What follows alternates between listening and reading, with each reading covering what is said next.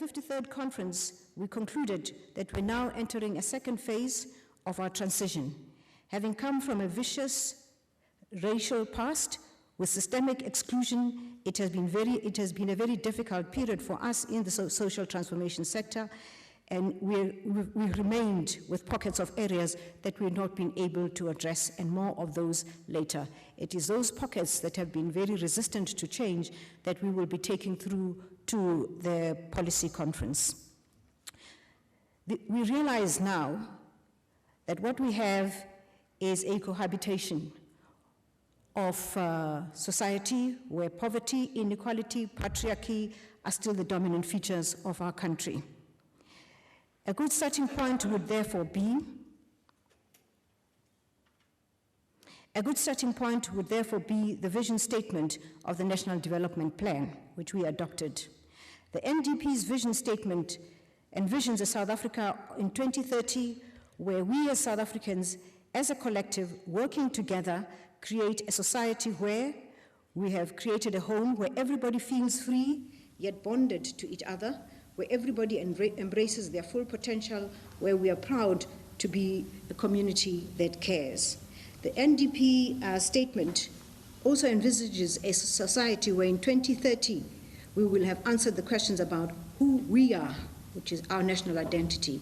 It poses the question and then answers it by stating, and I quote, "We are Africans, we're an African country," and also states that, and I quote, "We feel loved, respected, cared for at home, in community, and in public institutions that we have created." That's what we would like everybody to feel, African, as opposed to pockets of the racial past that we have carried with us. We'll come back to this issue later. From a social transformation perspective, I'm very bold to declare that what we mean when we talk about radical transformation. It means a fundamental shift to take us from where we started off as a democracy in 1994 to what we envisaged in the Freedom Charter. A fundamental mind shift to ensure that all those things that we put together in the Freedom Charter can be realized. The period we've been living through can best be described as a peaceful and, as I've indicated, a consensual cohabitation. We've carried part of the past with us in this period.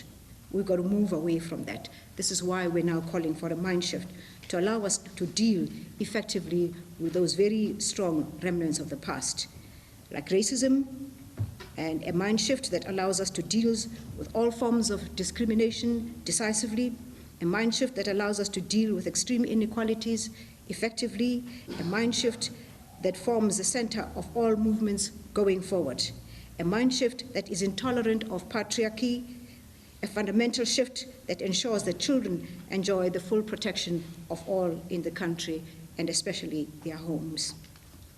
It might not have been possible for us to deal decisively with all of these matters because while we were providing a safety net for the poorest of the poor, we're to navigate our way to get to the state the Freedom Charter has outlined for us. But even more importantly, we need a fundamental shift that indicates that while citizens' rights are protected in the Constitution, every citizen understands that they have a responsibility to ensure that those rights are actually carried through.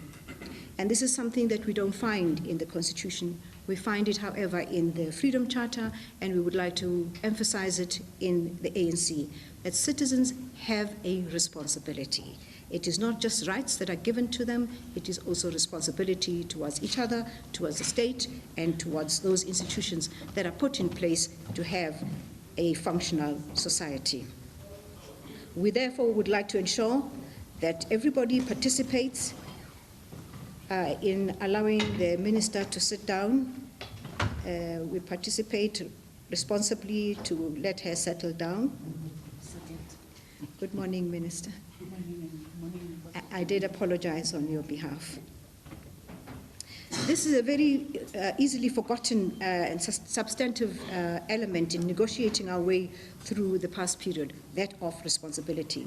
Citizens must understand they have a responsibility, and we need to continuously educate them, because only in an ideal space would we be able to ensure that everybody is part of this transformation.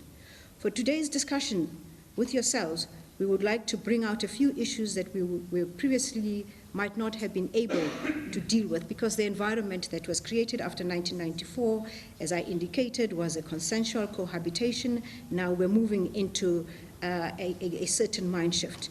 And these are the areas that we would like to discuss with you as we take them through our society, as we take them to the conference.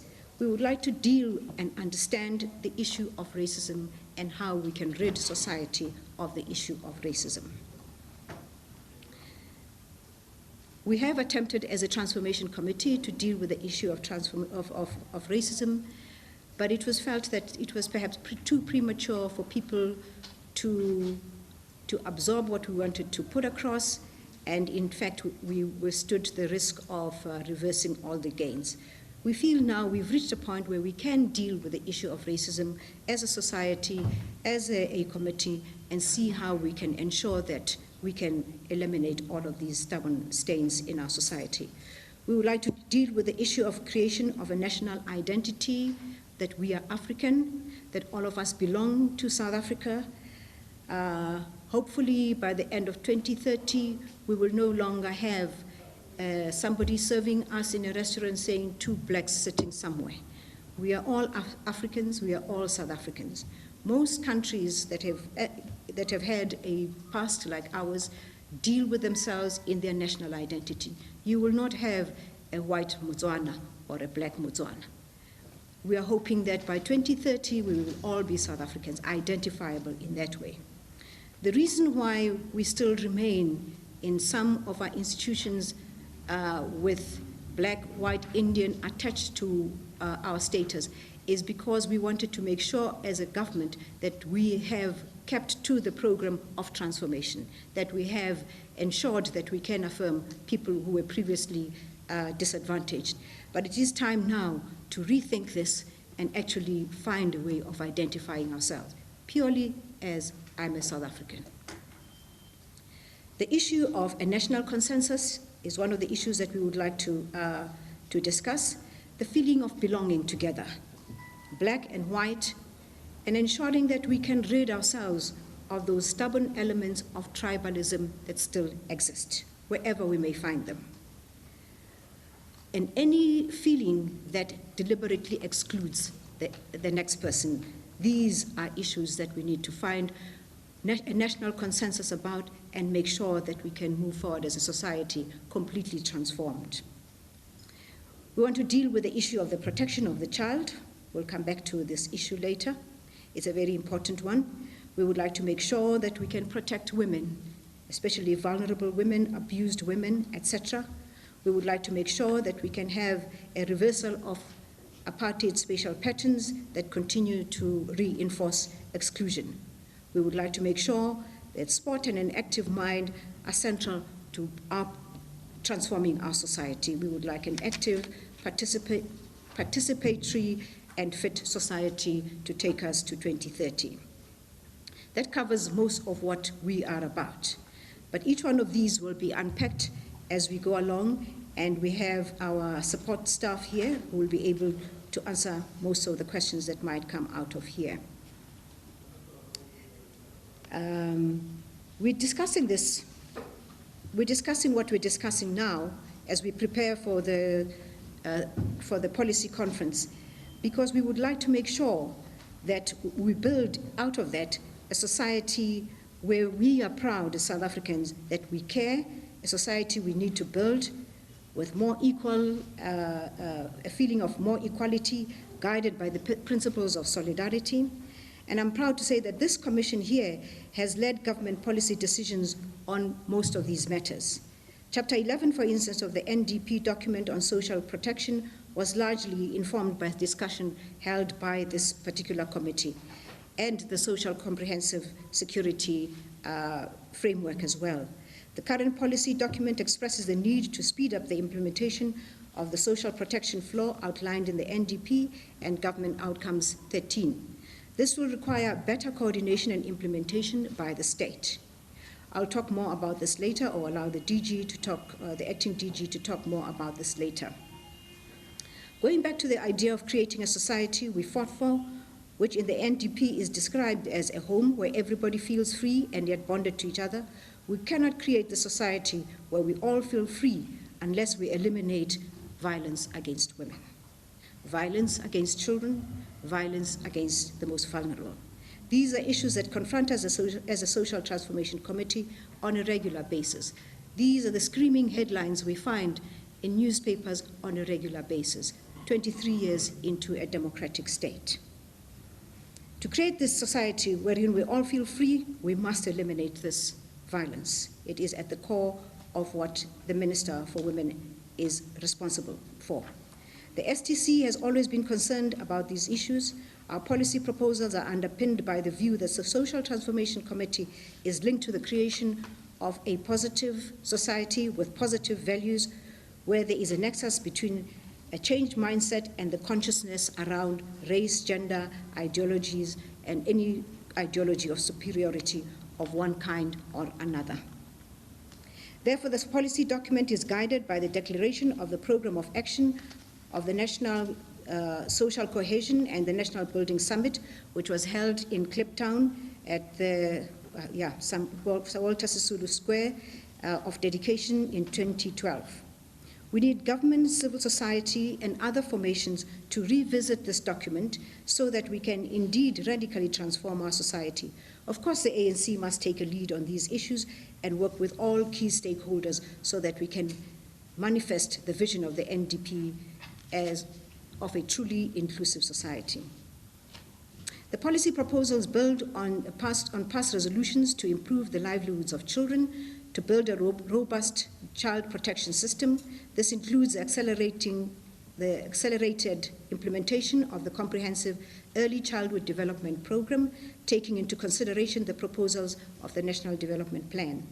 The provision of the childcare facilities at public and private sector workplaces, and supporting child-headed households. I want to stress that the child protection goes beyond the formal provision of services by government. It affects each one of us. As part of building a cohesive society, we need to invest in the kind of community organizations that are able to organize people around the issues that affect them and bring these issues to the public domain through dialogue. Supporting these kinds of community organizations on a non-partisan basis is vital in building a common consensus around our communities, characterized by values of trust and reciprocity. The idea of trust and reciprocity is articulated in the NDP vision, which states, and I quote, "We create rather than eliminate. Value arises from improving through creativity that which we inherited." I must repeat this. We create rather than eliminate. Value arises from improving through creativity that which we inherited. Close quote. The proposals that we have outlined and will be discussing today will only be implemented when we conceive a governance as a partnership between communities and community organizations and government. This is the essence of what we would like to see. We would like to see and create a capable state underpinned by professionalism in the public sector, underpinned by values of service, also taking into consideration a continuum of shared leadership between communities and government. This is articulated very clearly also in the NDP statement, and I quote, "Government begins in the home, grows into the community, expands towards the city, flares towards the provinces, and engulfs the entire land. We know our leaders as we have elected them and pledged them into office. They are wise in the use of their wealth, wise in knowing and understanding our wishes and needs, wise in expecting us to express ourselves to them in an appropriate manner. We have agreed to be allowable, wise in not silencing those who criticize, but enable them through certain rules of engagement to be even more vigorous in supporting a just society," close quote. As we can see, ladies and gentlemen, comrades, transforming a society that was broken through colonialism and apartheid was not an easy task for us. It's been a very difficult 23 years. We have done much since then when we started the journey.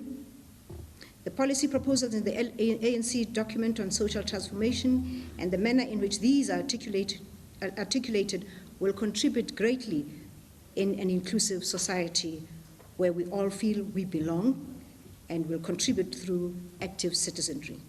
The ANC remains an organization that can lead society along this path and will rebuild ourselves so that we can fulfill our historic mandate.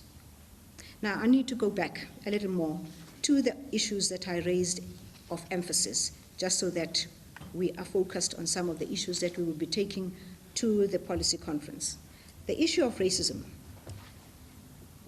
This committee is committed to ensuring that together with society, we can understand what we mean by racism, the exclusion of people on the basis of color and origin, and make sure that this forms part of how we educate our society, part of how we educate our children. Racism is what defined the past. Racism is not what is going to define us in the future. What is going to define us in the future is a common identity, a common consciousness of who we are as South Africans.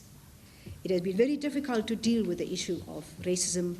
However, we've come to this point now where when we talk of radical transformation, we're talking about radical mindset so that we are able to relate to each other on the basis of a shared value system. The issue of creating a national identity, we've been attempting to use through the Department of Arts and Culture to build a consensus in defining what we call national identity. We've used symbols such as the flag, national anthem, tried that at schools to promote a society that has a common national identity, but it has not taken us to the desired end. We're still struggling with this. We have captured this within the Department of Arts and Culture as social cohesion. We've been dealing with this, but we have not begun to reap the benefits of this. We have found, however, that sport is a very potent element in this, in the definition on the feeling of national consciousness. When we experienced the Rugby World Cup in 1995, there wasn't a single South African that did not feel, I belong. Irrespective of color and gender, I belong, that was my team, led by Comrade Nelson Mandela. In 2010, there was a feeling of we are South Africans. Whether Bafana finally won or didn't, that was us, we as South Africans. And I'm informed that such was a feeling of national consciousness and national identity that the police stations closed their doors on those days. And not a single crime was reported around the major cities. Now, this is what I'm informed. For those who are doubting Thomases, we can go back to the records. But this was the most peaceful time we had for a very long time, where we were all glued on, we must find our way in winning this World Cup. We didn't, but there was a feeling of we all belonged. We all shared a particular value, we all shared a particular feeling of pride. But we've got to go beyond sport in creating this national consciousness. And therefore, we would like to discuss this and get sufficient buy-in from our communities as we move forward. But as we talk about national consciousness and a need to carry society with us, we also have to emphasize that we would not like this to hold us back because we don't want our delivery to be held back. So we've got to find a way of continuously having a national consensus on what we're doing while we move forward. The protection of the child is also a matter that we are particularly concerned about. This is a very important matter. In fact, this is such an important matter that the ultimate guardian of every child in this country is the High Court. Children need to feel protected at all times, cared for, and so that we reproduce in our children the ideals that we fought for. The child is the most vulnerable of our society and therefore needs a special type of protection from all of us. We've resolved as a committee here that we're going to discuss this with yourselves and the conference. How do we best support the child within their home, the child outside of their home in societies, and make sure that we can build a confident citizen out of these vulnerable children. The protection of the child means an abuse of children for our own ends, so that the people of Vuane who are unhappy about government should not use the child and withhold the right of the child from going to school as part and parcel of their protest. We would not like the people of the Northern Cape to withhold the child, to hold back the child from going to school because a road has not been built. We would like the child to feel free to grow up in an environment that is not polluted by our own fears, by our own concerns. This is what we would like to ensure happens to all of us. We would like to make sure that the child goes to school and spends most of his time looked after, cared for, fed at school, because we care and because we can. When men abuse innocent children for their own selfish failings, we want to make sure that the law comes down hard on them. We want to deal with the thorny issue also of childhood pregnancies. We are experiencing childhood pregnancies that are beyond what is acceptable.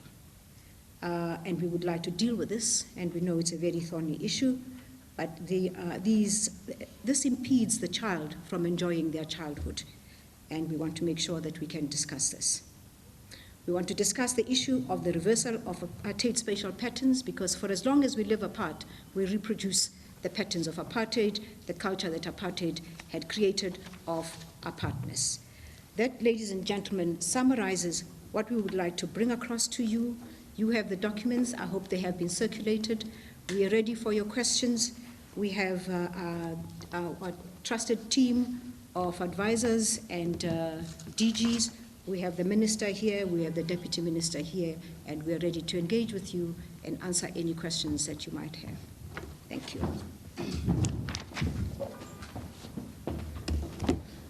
Thank you very much, Comrade Lindy. Can I just check if you have received the documents that the Comrade Lindy is speaking about? Yes, okay. All right, thank you, and thank you very much, Comrade. Yes. Oh. Yes? Yes. If they haven't, we'll make sure that they're circulated to you and you'll be able to use those in the engagement. Many of you will obviously have the document that was launched at the beginning of March, which was the comprehensive social transformation discussion document towards policy conference. So you can also use that as a basis for discussion. I think Comrade Lindiwe in her input highlighted key issues that she would want us to focus on, issues around nation building and social cohesion, issues around racism, issues around protection of the child, issues around women and dealing decisively with patriarchy and so forth. So I will open up for questions. I will request that you please continue to maintain the absolutely appreciated decorum that you have in previous briefings where you've stuck to the topic at hand, which is the social transformation discussion document. Can I see hands for questions? I'll take number 1 here, number 2, just those 2. Everybody else is waiting for a brainwave. Number 4. Number 1, number 2, number 3, number 4. In that order, please.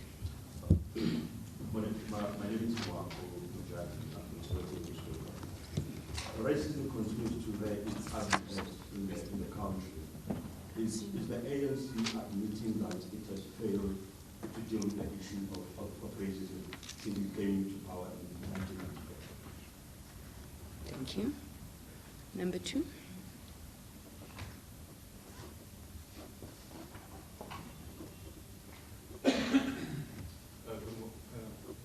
Good morning. Is it on? Is it on?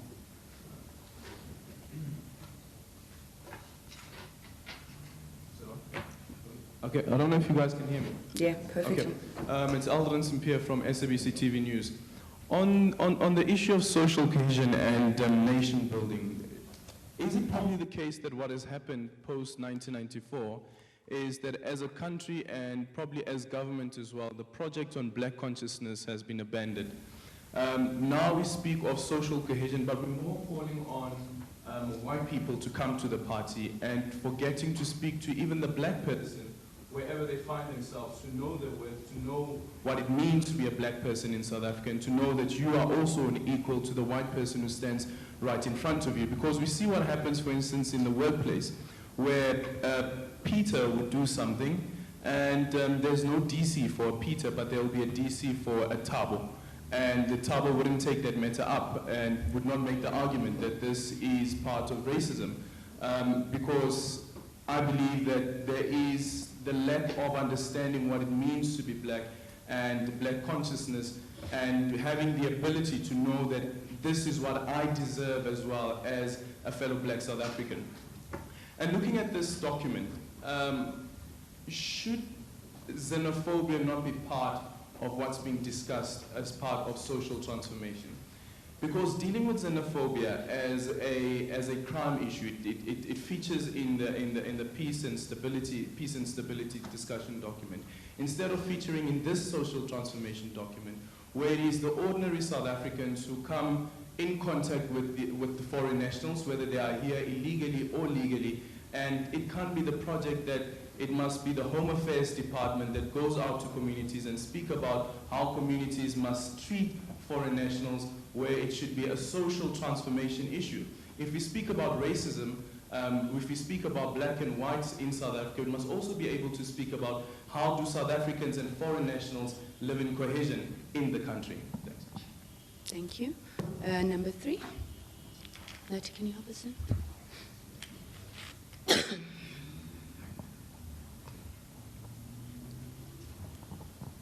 My name is Teto Matlakwana. I write for Business Day. I have a question around the national identity that the minister spoke of.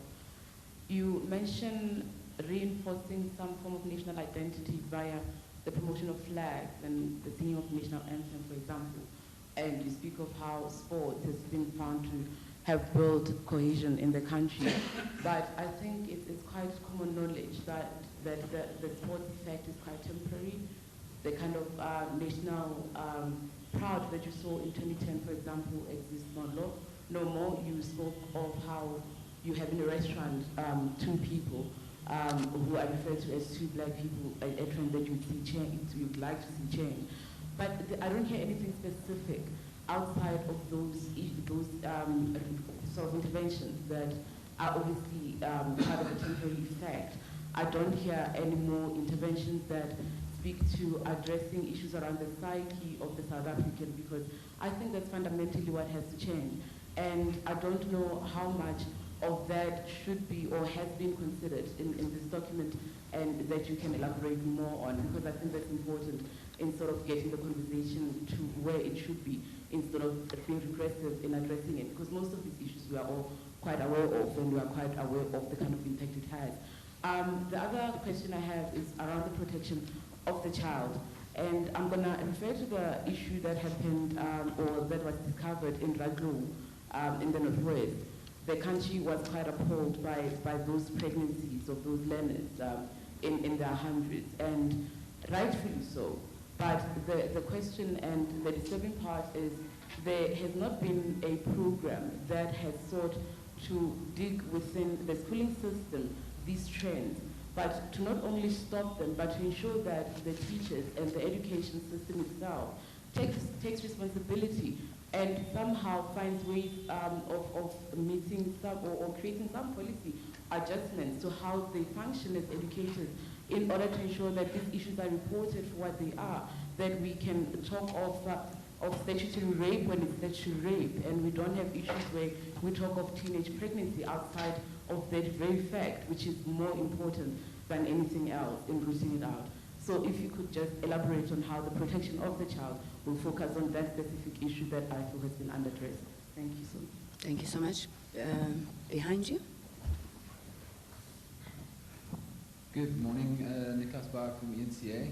I have several questions, so if you just bear with me. Talk about this consensual cohabitation within South Africa, that we've moved along since 1994 together, and and now we're talking about forging one identity or South Africa. And what position is the ANC in to be making such calls when in an election year you're so very divided? Some may argue the most divided you've ever been in history. So what hope do you have of forging this one identity when we're in an environment where people are being blamed, white people are being blamed for stealing resources, black people are being blamed for bad governance, that type of thing? How do you fix something like that when your organization is racked by other issues like infight? Deputy Minister Erskine, perhaps you'd be in a best position to answer this. There's talk about using sport to support this national strategy with a specific reference to hosting international events like the Rugby World Cup in 1995, 2010 FIFA World Cup as well. We've had to cancel the hosting of certain international events due to a lack of funds, Commonwealth Games being an example. And we've also had to rescind the rights of hosting international competitions because of a lack of transformation. So how do you overcome those challenges within this call to use sport as a unifier? Thirdly, what plans did you discuss about the use of language? There has been great progress in terms of the basic education department forcing, or at least saying that it's policy for our learners to learn one indigenous black African language right up to until matric, but what conversations are you having among yourselves, especially the use of black African indigenous languages among white people and so forth? And then last but not least, for you, Minister Sisulu, or Comrade Sisulu, this is You learn. we live and we learn. In your documents, Comrade Sisulu, you talk about the need for nation building and building trust among the citizens in our society that the ANC is using the levers of power for, that the powers of the state will be used for the nation's interest. So what do we need to do as South Africans when we see the levers of state, especially in the security cluster, like in intelligence and elsewhere, used for nefarious purposes? Perhaps you could give a viewpoint on what role you think intelligence, dirty tricks, espionage and such, are going to play as you head for policy conference and also in the run-up to the elective conference as well. Thank you. Okay, as I ask Comrade Lindy to come up and direct how the questions will be taken, on the issue of the languages, we will have a specific section on education and health, but perhaps Comrade Lindy will speak to that one from a social transformation perspective. And then on issues relating to the conference in general, I think the issue is around the building of trust in society. Thank you so much.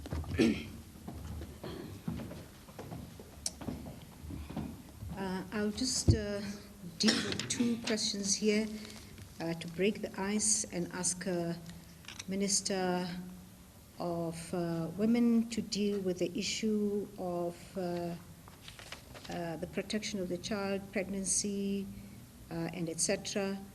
I will ask Gert, Deputy Minister, to deal with the issues on sport. I think there were several issues that were asked about sport.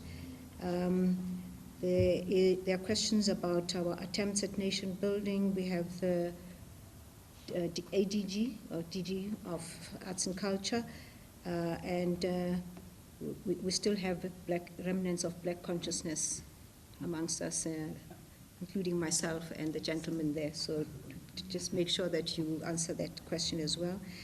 The issue of xenophobia, there is only so much that you can put into a document. When you talk about transformation, there's hardly an area in society that we will not be touching on. But so as to focus, we did ensure that we can delineate between departments what it is. So there would be an overlap between our own definition and the definitions that you find in other clusters. But these are documents for discussion. We would not only want to get questions, but also suggestions on how we can perhaps see the world differently. These are out for discussion. We will continue these discussions in the conference. So we would also like to take some of these matters as inputs rather than questions if we're not able to get beyond that. National identity, how do we deal with the psych? DG, that is you again.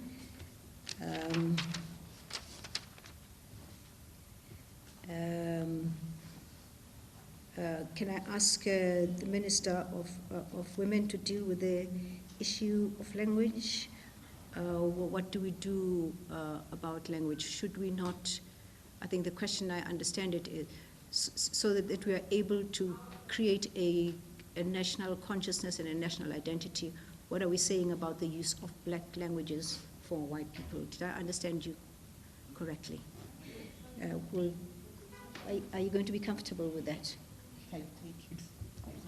Okay, and then there was a direct question that came to me. I will come back to any of the others after the answers have been given. But I don't know why the one about the Minister of that some departments or ministers use their powers for nefarious purposes, why that is aimed at me. Based on your background in intelligence. Oh, I see. Oh, okay, that makes sense. I just tried to work out how can we marry this with human settlements, spatial planning, and engineering, and all of that. Okay, let me start off with that. And are we admitting that we have failed on the issue of racism? You know, we are actually indicating what we have done, what we have learned, what we have found we have not been able to remove in our society, which forms part of our own freedom charter. And this is one of them. Not because we have failed, but because we have not reached the point at which we should be right now. I indicated that this committee did try to deal with the issue of racism a few years ago, and we found the environment not ready. I think that resolving a problem also has to do with finding the right time and the right message. Because if you have the message, but it is not in a right space and the right time, you might easily completely confuse what it is that you are, what outcome you are wanting out of that. So we did deal with this matter, and the environment was not ready for this matter, but we believe now the environment is ready. Racism is something everybody identifies with. Racism no longer needs definition. Racism is something that we want to find in the past, and we're dealing decisively with it now. This is the mind shift that we're wanting to create. We've got to move away from any exclusionary practices that discriminates one group from another in any form whatsoever. On the issue of how do we hope to move forward on from a consensual cohabitation, this is my language, so please don't attach it to the ANC just in case somebody denies ownership. It is my understanding of what it is that we've been going through. We've been cohabitating with each other without integrating into the kind of society we had dreamt of and had hoped to have post-liberation. And what are we doing about this when we ourselves are wrecked in consensual cohabitation, or in factionalism and divisions? How do we hope to be a mirror that society can look at and say, that's myself, those people represent me because they have gone beyond my own failings if I have a problem? No, we do have problems. We are a product of our society. We are a product of our times. It does not mean that what we want for our country and our people is something that we have ourselves already overcome. We struggle with these matters on a regular basis. We deal with them. We deal with the issue of factionalism. We deal with the issue of nascent tribalism from time to time. We're concerned about those matters. And these are matters that we would like discussed in our branches. These are matters that we would like discussed in the public domain, so that by the time we get to the policy conference, we have a solution of how do we rectify our own mistakes first before we can say to people, look at me and see in me an example of what should be. So yes, indeed, unfortunately, we still have divisions in our society. From a perspective of intelligence, I'm not aware what it is that you're specifically talking about, but we as a government created the Office of the Public Protector. Right at its inception, the intention was that should there be any citizen who feels that anybody in power is abusing their power for any reasons other than carrying out the duties of the state, they have a public protector to go to. So we did create the necessary checks and balances for any abuse of power in our society. I will then ask the Minister of Women, please, to come and deal with questions that have to do with her area of specialization. She's been a solid member of this committee, a member of the NEC for as long as I can remember, so she'll also be able to deal with some of the other questions. Thank you.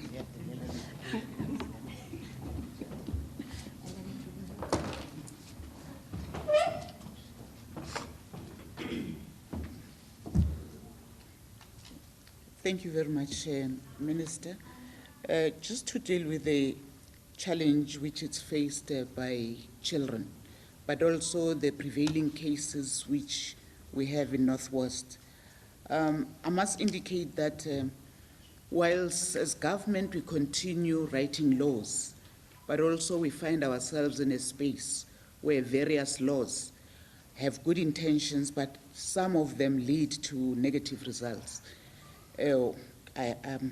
Lead to some unintended consequences. The issue of Northwest, if I can be specific with that, of young girls being married or being pregnant, it's an issue which has been addressed through the law enforcement agencies in our country. But I don't think that's the solution, which will ultimately reduce the teenage pregnancy at various schools.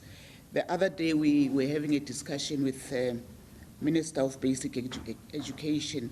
One of the key factors which we've agreed is that some of the issues have to be dealt with through your curriculum, your life orientation, but also building social aspects in various areas. For instance, when you deal with biology, you have to address these issues of socialization of young children or teenage girls and boys, because it's not only girls and boys, girls only, it's also boys, in a way that will form part of the curriculum, not on the basis of life orientation, because the biggest challenge we have now is that all these issues are dealt with within your life orientation curriculum, instead of being included at various levels when you deal with issues of reproductive rights.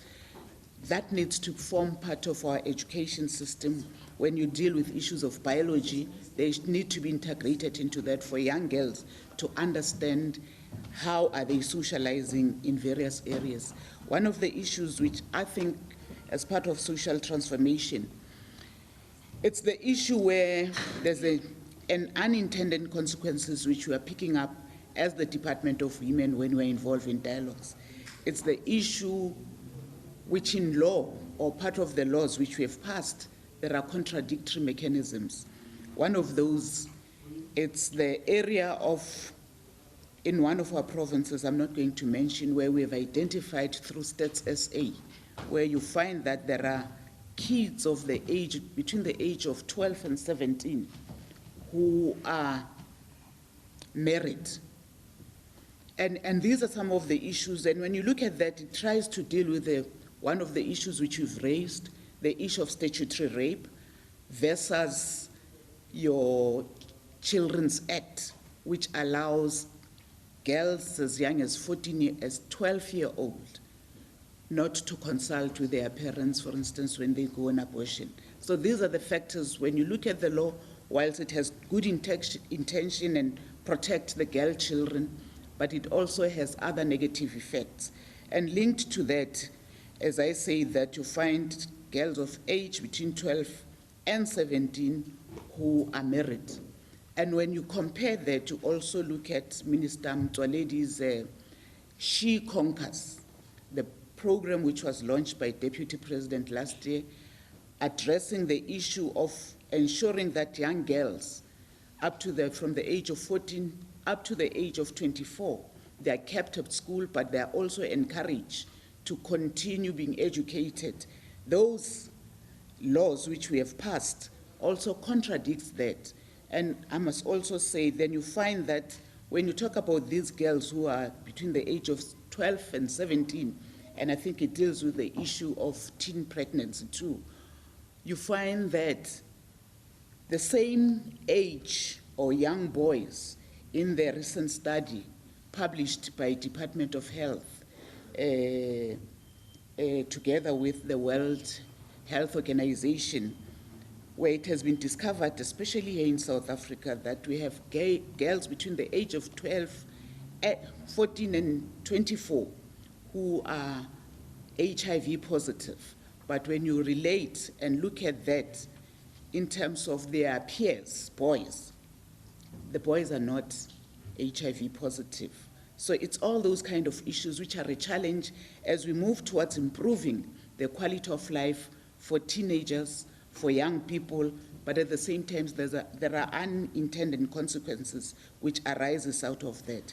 And just to deal with also this particular issue, it's not an issue which we can deal with within one day.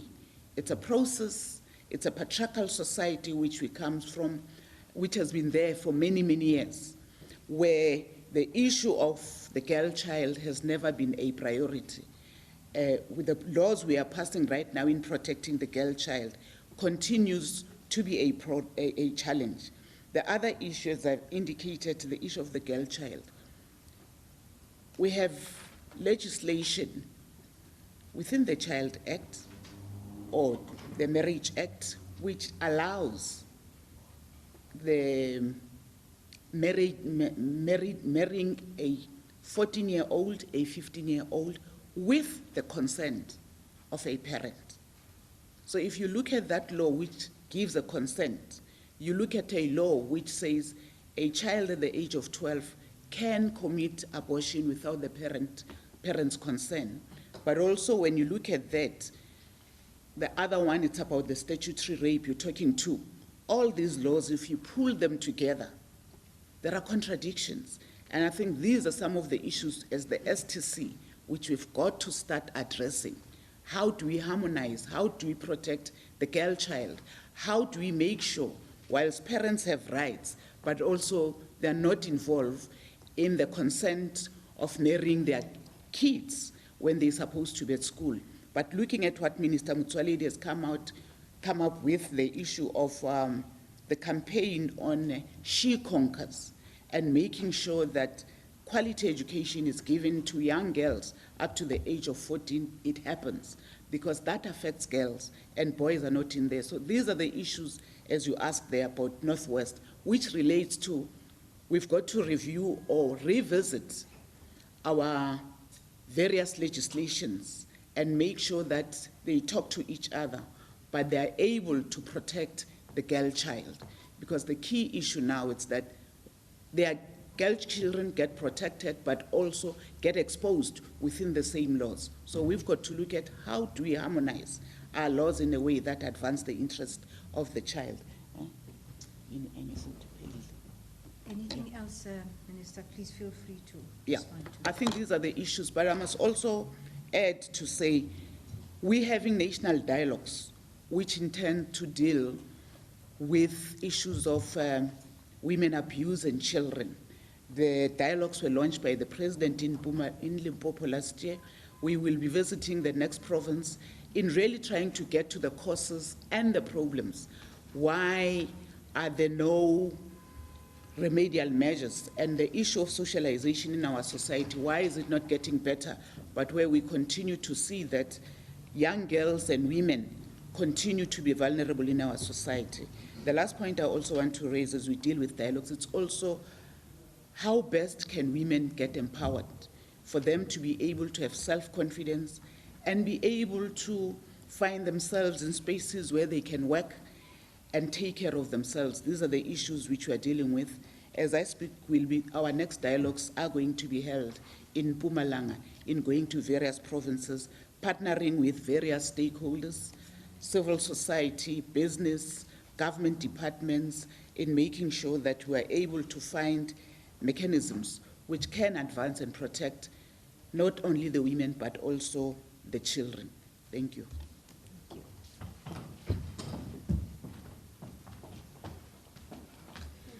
Thank you, Minister. Good morning, members of the media and comrades present. Minister, if I understood the question correctly, it was about the... Comrade, if I understood the question correctly, apologies, for that. It was about the possible banning or the curb we had put on hosting international events by certain sporting codes. Like, just for the background, you may recall that we had a national sport and recreation in Durban, well attended by all the NGOs, public entities in sport, and all the sporting federations. Unanimously agreed on a national sport and recreation plan. Part of that plan is a transformation charter and a scorecard. Having gone 2 years down the line and having assessed what has happened in terms of transformation and the scorecard, it was clear to us that we need to do some measure with 5 of the, we started with 5 priority sporting codes, the 5 big ones, you may recall them, and that we had to encourage them a little bit to speed up their processes and to sharpen their pencils. And hence, we did then say, we are not satisfied with the results that we've seen from the EPG, the Eminent Persons Group, who's concentrating on transformation in sport. And until such time that we see significant progress, we will not give government support for any bidding or hosting of international events. Since then, a lot of things has happened. And on Tuesday morning coming, I hope DG, Comrade DG, that the media will be there in the great numbers. We will release the first EPG report that's been completed. Early indications are that we did succeed in encouraging certain federations to really speed up the processes to reach the targets. So having said that, let me just say that part of our sports tourism strategy has always been to bring people to our shores, to earn foreign currency, and to build the case and to make the case for sport. Comrade Chair, if I may just also reflect on something else, is the promotional campaigns of our department that we do, and I just want to refer to one such a campaign was what we had in the new stadium here in Soweto, where we had the Springboks and the All Blacks playing. We had a host of festivities, and we have seen people coming for the first time in their lives to Vilakazi Street, discovering the cuisine, what's on offer there. And ever since, we've seen people going there and really getting to know one another. So we think we're also, in that sense, comrade, contributing largely to building this country, social cohesion, and really building a nation in South Africa. I trust I've dealt with all the questions. Comrades, thank you so much. Comrade Gerrit, there was a question on language, and I think the question was, should we not, as we deal with language as a common denominator, should we not be asking that there should be a compulsory African language? Did I understand you correctly? I think you're the best person to answer that question for no reason that I can think of, but...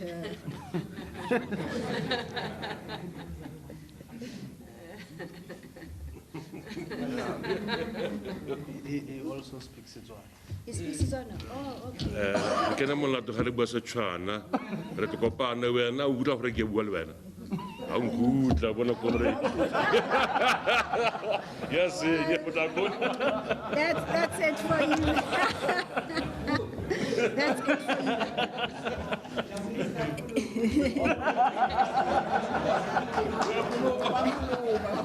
I think we'll take some of these questions also as suggestions to take forward to the conference, and make sure that perhaps our curriculum does include an African language as a compulsory language for every, not as an alternative language, but as a compulsory language, so that ultimately we are one people.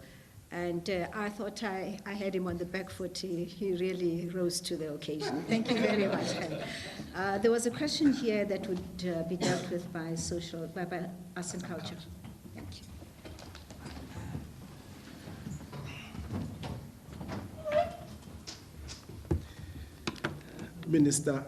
Ministers, Deputy Minister, DGs. Oh, No. It's ministers to you. Yes. Yes. Thank you. And DGs, members of the media. Maybe just starting to talk about the issues of black consciousness. We might not be dealing with them directly, but I must just say that whenever we are tackling issues of race and racism, we always make it a point that it is understood that those are not just natural phenomena, but that these are just social and cultural as well as political constructs. Therefore, every time we have discussions around this, we ensure that we debunk the myths of white supremacies that has been perpetuated over centuries. And our focus, of course, it becomes very Africa focus. As you would know that as a department in particular, we have capitalized on Africa Month, more particularly this month of May, as Africa Month, where also we create platforms for conversations. We bring different scholars, different thinkers to come and discuss issues in as far as Africa is concerned. We've got exhibitions, we've got cultural exchanges, and we've got platforms where we create a platform where South Africans and our neighbors participate as part of saying, we're all Africans. So that's an approach that we have adopted as government. That also begins to deal with issues of xenophobia and Afrophobia, because it's only when we deal with these matters, when we discuss these matters, when we create platforms where we interact and we create this perception that we are all Africans, that we would be able to deal with these matters. But also there was a question, Minister, regarding the national symbols and of course how these are dealt with in such a way that they impact on the national psyche. Let me just start by saying that the way we approach national symbols, we always bring to the attention of all South Africans that the origins of the national flag, national anthem, the national coat of arms, they bear testimony to the attempt by post-colonial and democratic state to forge a new identity, an identity that is inclusive in that it has elements of the old and the new. And of course, we have continued to encourage the hosting of the flag in every school and singing of the national anthem. And we must say that there has been significant progress, more particularly in the singing of the national anthem in schools and in public events. But also we are quite aware of the fact that this should just not be singing, but they should really impact on the national psyche. And therefore, working with the Department of Basic Education, national symbols are now part of the curriculum. If you look, and they are part of life orientation. So this shows that we're very serious about national symbols, but also that those who are in schools, they will grow up knowing the meaning and the symbolism of those national symbols. So I just thought that maybe I'll need to stop there, Minister. I don't know whether there's anything that I might have left.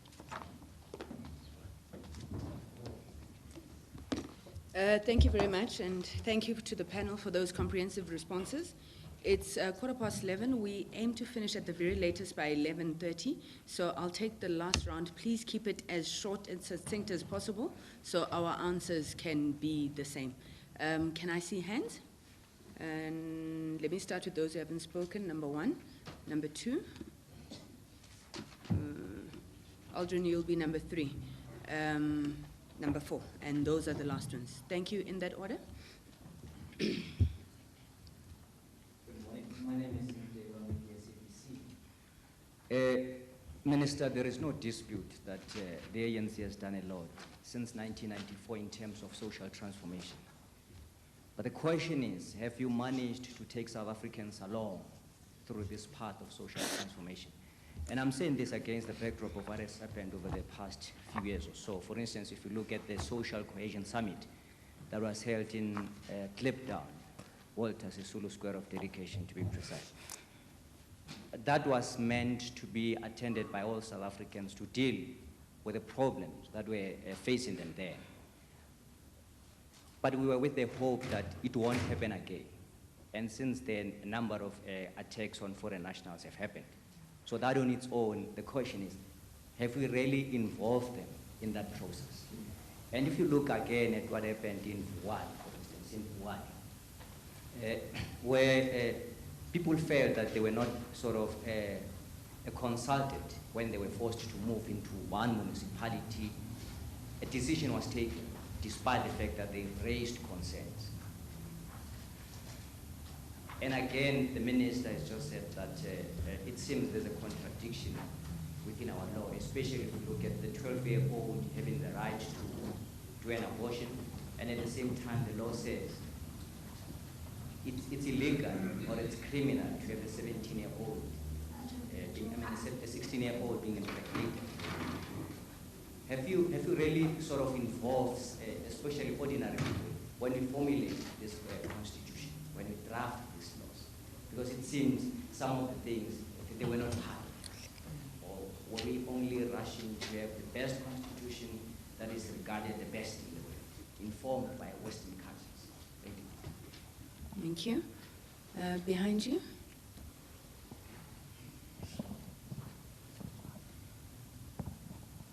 Scarfenwald from Beeld. It's a short question. Why was the policy conference moved to Nasdaq? And will the national conference still be at Netred? Number 3. Sorry, the question was, why was National Policy Conference moved to Nasrec? And where will be the national conference? Yeah. Respond to that. Number 3 is...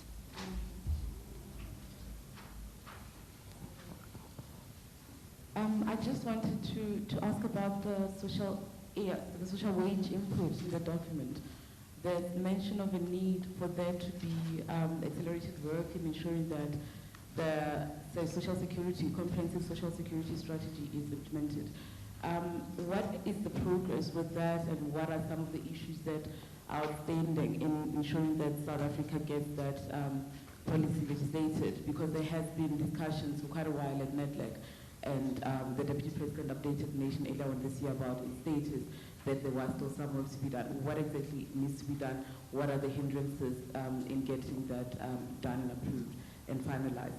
My other question is on the response from the Women's Minister to the question around statutory rape and pregnancies. Instead of, you mentioned the interventions of the curricula.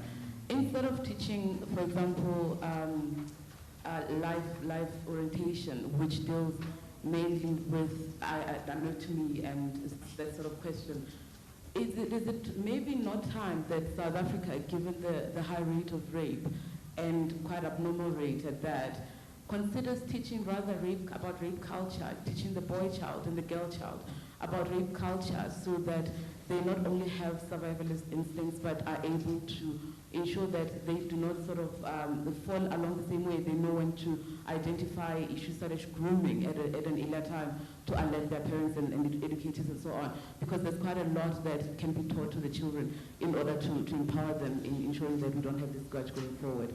Thank you. Thank you. Last one is Aldrin.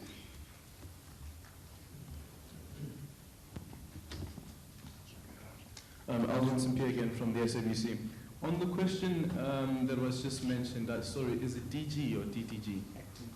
Acting. Okay, sorry. On the question around the national anthem, a debate has been raised, quite specifically by the EFF, saying that Afrikaans should be taken away from the national anthem. Is it time for South Africa to have this discussion whether what is perceived to be apartheid symbols, such as having Afrikaans in the national anthem, such as having statues of leaders of colonialism being erected? Isn't it time that South Africa has this discussion around the national anthem? And I ask this question also on the backdrop that you have the ANC now, for instance. When we go to ANC events, there are two anthems that are being sung. There is the national anthem, and then there is the Inoxontonga version as well of Nkosi Sikelel' iAfrika. Is the ANC not sending contradictory messages to South Africans where we say in certain spaces we can sing the national anthem, including the stem in the national anthem, but in certain spaces we will sing the stem, but also Nkosi Sikelel as composed by Enoch Sondong. And then Minister of Women, you mentioned the issue around ensuring or helping women become confident that they can be in certain positions. And right now the ANC is having the discussion around whether or not women presidents should lead or anything like that. When we look at what happened during the elections, for instance, just pre the elections, the local government elections, concerns were raised that even women themselves are the ones who vote for males. And you find a situation where you have in Parliament at the moment, out of all the political parties that are in Parliament, there's only one political party that is being led by a female, and that is the NFP, if I'm not mistaken. Yes, it's the NFP. Is this not a concern? Thank you. I think that was the last question. I thought you were going to ask if we're not concerned that the DA, in electing their leadership in the Eastern Cape, there was not a single woman who was elected. All right. We'll take those questions. If I could just respond quickly to the issue of the policy conference being moved to Nasrec. The ANC would have received a more favorable package for our requirements from Nasrec, so that's why the decision was taken. Thank you, ma'am. I'll respond to the first one, which is from the SABC, about whether or not we have taken our people along with us as we draft our laws. And the question from the Build has been responded to. The issue about basic wage and statutory rape, I will apportion to the responsibility to the Minister in the Presidency. Should we not be teaching our children about rape culture? Jenny Schreiner, would you like to take that on? Yes, okay. And on the national anthem, DG will also have a bite on that. And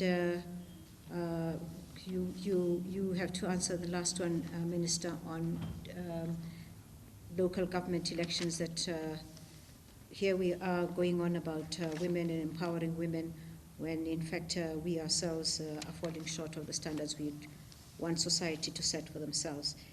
I'd like to start off with a national anthem just briefly to say that there is one national anthem, and the national anthem is in the Constitution. We're open to any suggestions that we might amend the Constitution, and every political party would be required to follow the normal processes in motivating such a move, and it requires 2/3 of Parliament to vote any amendment to the Constitution. Is the ANC not sending mixed signals in singing one anthem and then another? There's only one national anthem.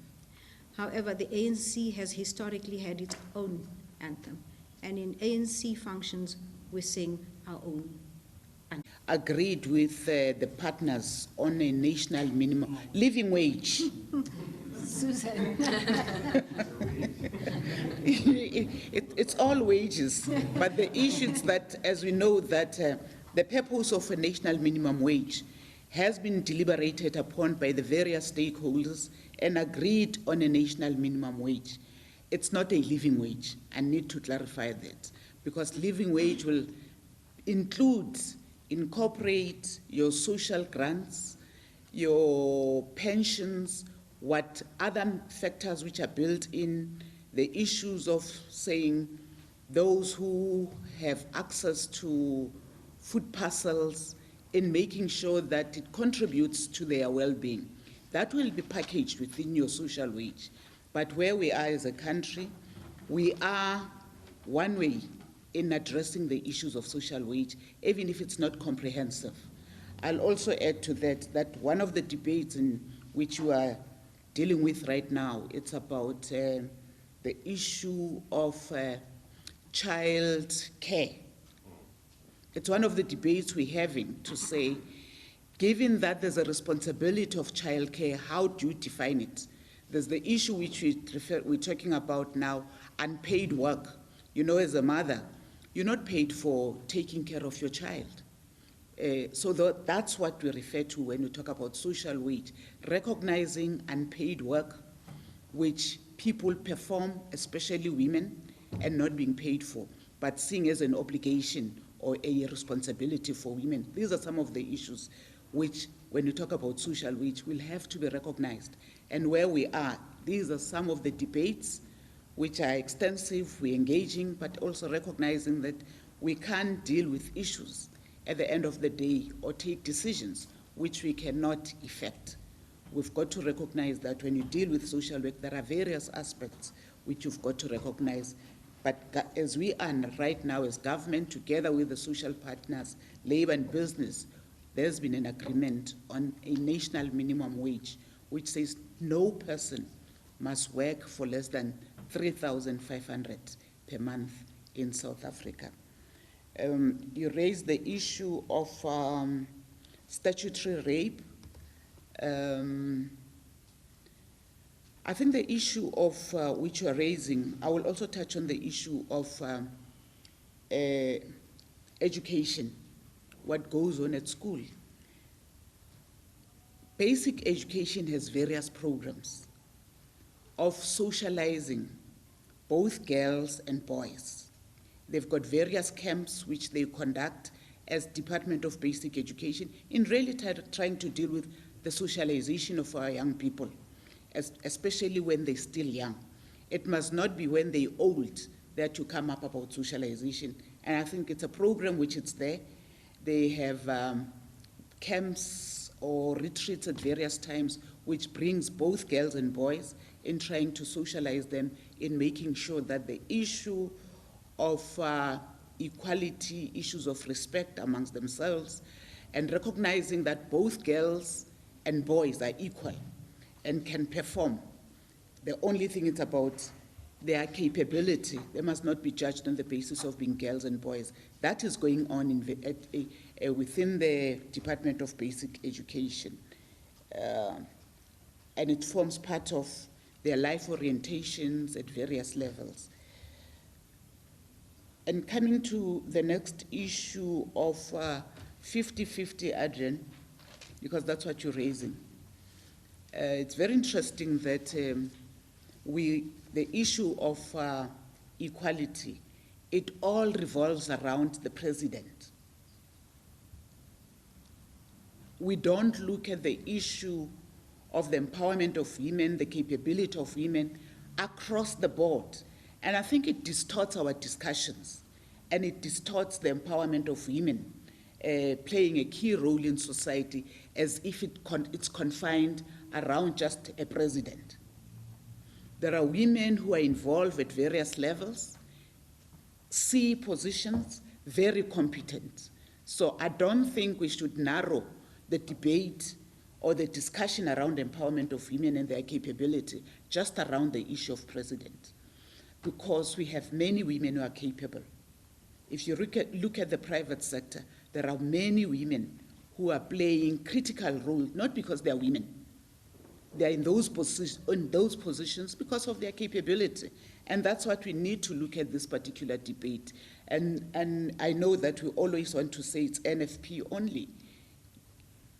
If you tease that down to, there are other challenges, as you say, within the NFP. So the issue is about identifying capable people. You know, sometimes I even want to move away from capable woman. You know, capable people, don't judge me because I'm wearing a dress. Judge me on what is it that I can do in society. My contributions in society must not be judged on the basis of that you're wearing a trouser or we are a man. And if we are able to bridge that gap, then we'll be able to create an equal society. The reason there's an emphasis on women is precisely because of the patriarchal society we're living in, which had left women behind, which had created laws which undermined women by virtue of being women, not by virtue of being able, for them to being able or capable of doing particular jobs or being able to do certain things. So if we can say part of coming up with conscious decision of empowering women, it's about where we come from. But where we are moving to a society where both of men and women can be recognized in terms of their ability to perform, not in terms of wearing a dress or a trouser. So I think that's what we need to look at, not judge us on the basis of that. It's just a president. For me, it's not about that. It's about performance. It's about women who are capable. And I must say, in the ANC specifically, we have lots of women, lots of women who are capable. It's a position which we're not going to argue it on the basis of women, on the basis of the ability for those women to compete and being able to occupy key positions. Hence, the 50-50, it's about trying to address the balance, taking a deliberate and a conscious decision. As you say, we ourselves, we tend to vote for you, as men. It's because some of the challenges we don't share. We have kids to take care of. And these, the points you're raising about how do we make sure social wage, social aspects, issues which have been delegated to women by virtue of that you give birth, therefore you have a responsibility to take a woman, but where both parents must take responsibility. And if we are in that space, then we're not going to have a debate about why not a woman, a man. We will judge a woman on the basis of her performance, we'll judge on the men, but I must also say we have a lot of capable women. And as you know, in the ANC, that's the debate. We're not shying away from it. And we will compete with men. And when at the end of the day a man arises, it does not arise because he's a man. He arises because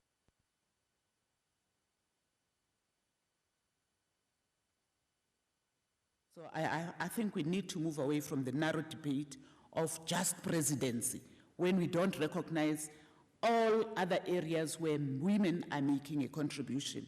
And the last point I want to make, we are the first country in the world to have a woman who owns a mine, who started a mine from scratch. But you never recognize that woman. You recognize all these men, Petrus Mutsepe and any other person. Don't mention names. Oh, I'm sorry. I'm sorry.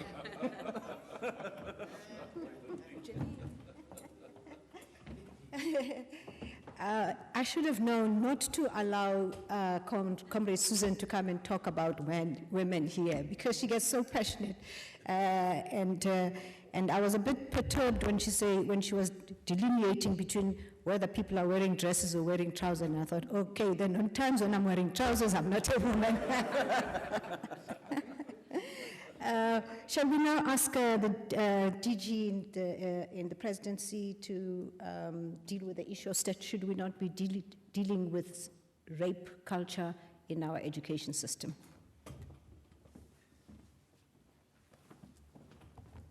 Thank you very much. And Minister, standing here in trousers, I do want to affirm I am a woman and a South African and an African. And I think for me, it's a very important question. I wanted to pick up from what Minister Shabangu has already said in relation to the importance of ensuring that the issues of socialization of our children is an issue that is being addressed in schools, and it is an issue that needs to go right the way through our educational institutions, even into higher education.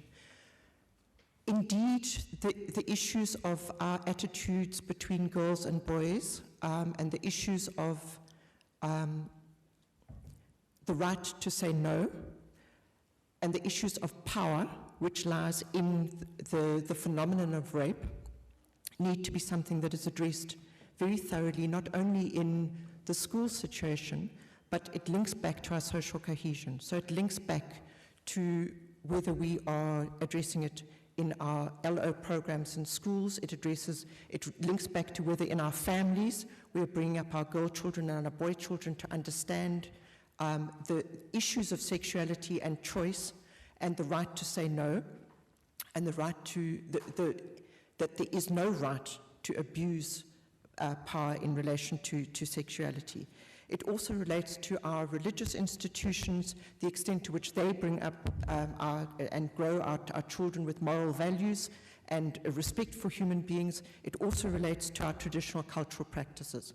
So I do think that the issues of understanding the dividing lines between exploration of sexuality as growing and socializing children and rape as something that has no place in our society at all. Understanding rape as a form of abuse of power against another person, whoever the victim of that rape is a critical part. So I think that Minister has already set the tone in terms of what she's spoken about, of the need for us in LO to be looking at the way in which we socialize children. And surely part of the way in which we socialize girls and boys is to understand what rape is, and that rape is a violation of human rights, and therefore it cannot have a place in a culture and in a society in which we are building respect for human beings. And for me, it is a fundamental part of building the social cohesion, the national identity. It needs to be something that is outside of the national identity that we build in South Africa. Thank you. Thank you. We've come to the end of our questions, and thought to ask you to please take part in these debates, either through social media or in whatever form that you find comfortable to use. We would like to hear from you how we can improve our documents, how we can take on board some of the issues that are out there. You working in the media are exposed to some of the debates out there, and we would like to make sure that this particular conference we're going to is as successful as it is possible in our lifetime. There are two issues that we didn't touch on, which have come in the round of discussions we've been having in popularizing the documents, which we didn't touch on, and I thought I should touch on it here. Minister of Women, there has been a suggestion, which I'm putting forward to you now, that says that if condoms are free, why are sanitary towels not free? And I think that is something that we should take into consideration. Perhaps by the time we get to the conference, we will have found an answer for that one. There is another question that has come up constantly, and that is, we talk about the values of the ANC and the values and morality of the organization, and while we don't lead by example. These are some of the issues that we will be dealing with in the conference. The particular issue that is talked about continuously now as we go towards the end of the year is the issue of vote buying. Why are we allowing our values and our moralities to be corrupted by the buying of votes of our candidates? I don't know to what extent this will resonate with our own particular social transformation issue, except perhaps in the morality matter, but it is something that we will put forward in the conference as we work out how we go towards the December 2017 conference. Thank you very much for your attention and your questions and your suggestions. Thank you very much. Let me thank the comrades who are deployed in our bureaucracy and the comrades who are deployed as ministers and deputy ministers, but also yourselves. Our conversation will continue, like Comrade Lindy has said, on social media from 12 o'clock. Please do follow us on the My ANC pages and pose any questions that you may have there. We will see you. Well, those were live ANC media briefings from their headquarters at Luthuli House here in Johannesburg. Another installment, of course, of their policy discussion documents, and today's focus was the social transformation document. We've just seen there, Minister Lindiwe Sisulu of Human Settlement says that we all need to know that we have a social responsibility to ensure an equal as well as justified society. The issue of racism also topped the agenda. She said that they now feel